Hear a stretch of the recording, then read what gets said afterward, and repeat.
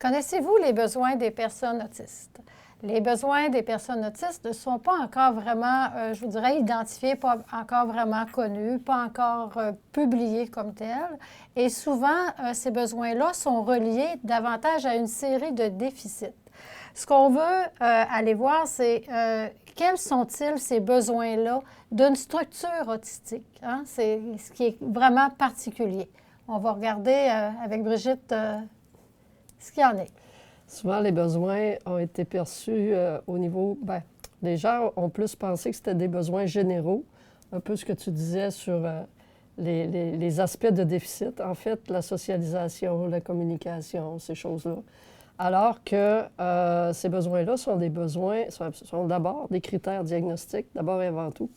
Et c'est des besoins qui n'ont pas évolué beaucoup depuis 75 ans comme tels. Les gens ont pensé que ça pouvait être les besoins reliés à l'autisme, alors que tout ce temps-là, c'était des besoins reliés à ce que les gens autour s'attendaient des personnes autistes et non pas des besoins qui étaient reliés à l'autisme comme tel. Donc, on peut penser que ce qui était comme besoin relié à la structure autistique n'a jamais été nommé ou précisé ou publié. Connu. Connu. J'irais avec connu, hein? Parce que c'est quelque chose qui n'a pas été encore détaillé, je pense. En tout cas, c'est un espèce de... C'est comme une donnée essentielle dont on a besoin si on veut être capable d'aider les personnes autistes. Comment tu peux aider les gens si tu ne connais pas les besoins qu'ils ont? De dire qu'un autiste a besoin de manger, on le sait, c'est un être humain. De dire qu'un autiste a besoin de socialiser, on le sait, ça fait partie des critères diagnostiques. Mais les besoins reliés à la structure eux-mêmes, ceux qu'on a pu identifier à ce jour à cause de l'hypothèse comme telle, on peut maintenant les classer en 3 niveaux. Et chez nous, on a commencé, suite à l'hypothèse du fonctionnement interne de la structure de pensée, à pouvoir faire des liens entre les manifestations grâce au moment où on a commencé à comprendre des besoins qui sont plus uniques chez les personnes autistes, des besoins qui sont plus reliés à la structure autistique. Le premier de ces besoins-là, c'est l'équilibre et la synchronisation neuronale.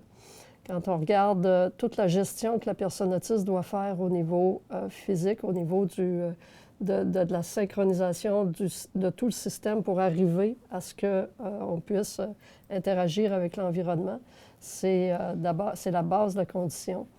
Le deuxième besoin, c'est...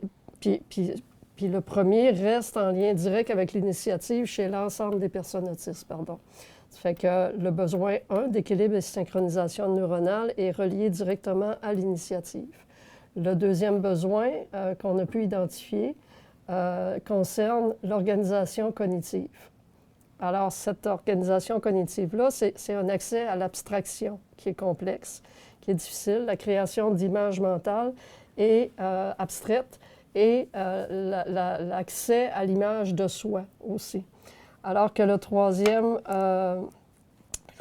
besoin qu'on a pu identifier concerne l'accès à soi, l'accès à la conscience de soi cognitive, donc qui est en délai de traitement, l'accès à la conscience de soi cognitive qui, pour nous, n'est pas en temps direct, mais qui est plus en différé et qui fait en sorte que le délai va être plus ou moins grand selon le degré de structure autistique ou encore selon la circonstance qui est autour, le contexte et tout ce truc-là. Alors, c'est l'accès à l'expérience qui est en différé chez la personne autiste et qui est créé par ce délai de traitement d'information. Avec l'hypothèse du fonctionnement interne, comme tu viens de nommer tantôt, c'est ce que ça nous a permis de pouvoir découvrir ces 3 grands besoins-là qui n'étaient pas connus auparavant et qui, selon nous, précèdent les besoins ensuite, qui vont rejoindre ensuite les besoins généraux. Là, ce que tu donnais comme exemple au niveau de la socialisation, ça viendra après. Mais avant tout ça, on a cette base-là, cette structure-là, cette fondation-là sur laquelle on doit aller faire un travail pour être capable, après ça, de pouvoir permettre à la personne de rejoindre les autres besoins, là. Alors, ce sont pour nous des besoins qui sont pas connus, des besoins d'une structure autistique avec laquelle on travaille fort pour que les gens puissent reconnaître que ce sont des besoins sur lesquels on doit miser pour commencer, pour faire un travail avec la personne autiste.